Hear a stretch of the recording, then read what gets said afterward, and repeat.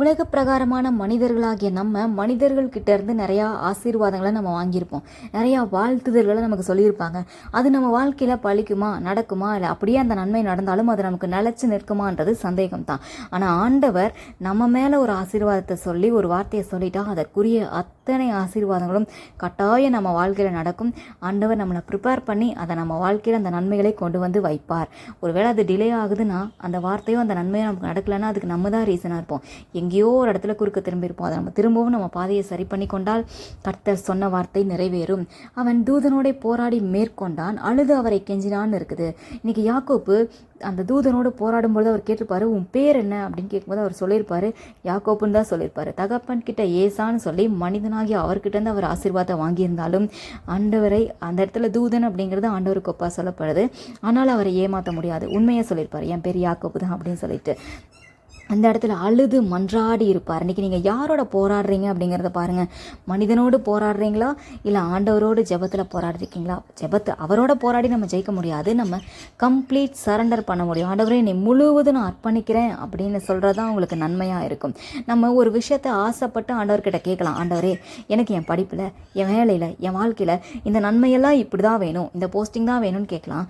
ஒருவேளை ஆண்டவர் உனக்கு வச்சிருக்கிற நன்மை இதை விட உயர்வானதா, இதை விட பெஸ்ட்டானதாக இருந்தால் அதனால் உங்கள் ஆசைகளை நீங்கள் சொல்லுங்கள். அவங்க ஜெபத்தில் இவ்வளோ வருஷமாக போராடிட்டுருக்கேன், எனக்கு நன்மையே நடக்கலைன்னு சொல்லிட்டா, ஒருவேளை நீங்கள் கேட்குற பர்டிகுலராக ஒரு விஷயத்தை நீங்கள் கேட்டு ஆண்டவர் அவருக்கு பிரியமானதை உங்கள் கண்ணில் கொண்டு வந்து காமிக்கும் போது அதை நீங்கள் ரிஜெக்ட் பண்ணியிருக்கலாம். யாருக்கு தெரியும், அது பெஸ்ட்டாக உங்கள் பார்வைக்கு அது நல்லா இல்லைனாலும் அது ஒருவேளை ஆண்டவர் பெஸ்ட்டாக தான் இருந்திருக்கும். நீங்கள் அதை அப்ரோச் பண்ணியிருக்க மாட்டீங்க. அதனால் ஒரே ஒரு டைம் ஆண்டவர்கிட்ட கேளுங்க, ஆண்டவரே இனிமேல் நான் மனுஷனோட, என் பிள்ளையோட, என் குடும்பத்தில் இருக்கிற நபர்களோட, என் ஃப்ரெண்ட்ஸோட நான் இந்த காரியத்தில் போராட போகிறதில்ல. உங்கள் பலிபீடத்தில் இது எல்லாத்தையும் வச்சிட்றேன். எது நல்லது கெட்டதுன்னு எனக்கு தெரியாது, உங்களுடைய சித்தப்படி என்னை ஆசீர்வதியும்னு யாக்கோப்பை போல தாழ்மையாய் கேளுங்கள், கீழ்ப்படிதலோடு கேளுங்க. அவர் அந்த இடத்துல கீழ்ப்படிதலோட ஒரு ஜெபத்தை, தாழ்மையுள்ள ஒரு ஜெபத்தை, அழுது மன்றாடுகிற ஒரு ஜெபத்தை செய்திருப்பார். நீங்களும் ஆண்டவரை பார்த்து கேளுங்க. இங்கே போராடி மேற்கொண்டார் அப்படின்னா தனக்குரியதை வாங்கிக்கிட்டார். ஆண்டவரை யாராலும் மேற்கொண்டு அவரை ஜெயிக்கிறதுக்கு நம்மளால் முடியாது.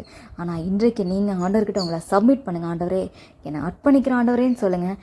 உங்களுக்கு நீங்கள் யாருங்கிறது ஆண்டவருக்கு தெரியும். உங்களுக்கு என்ன தேவை, உங்களுக்கு எதை எப்போ தரணுன்றது அவருக்கு தெரியும்.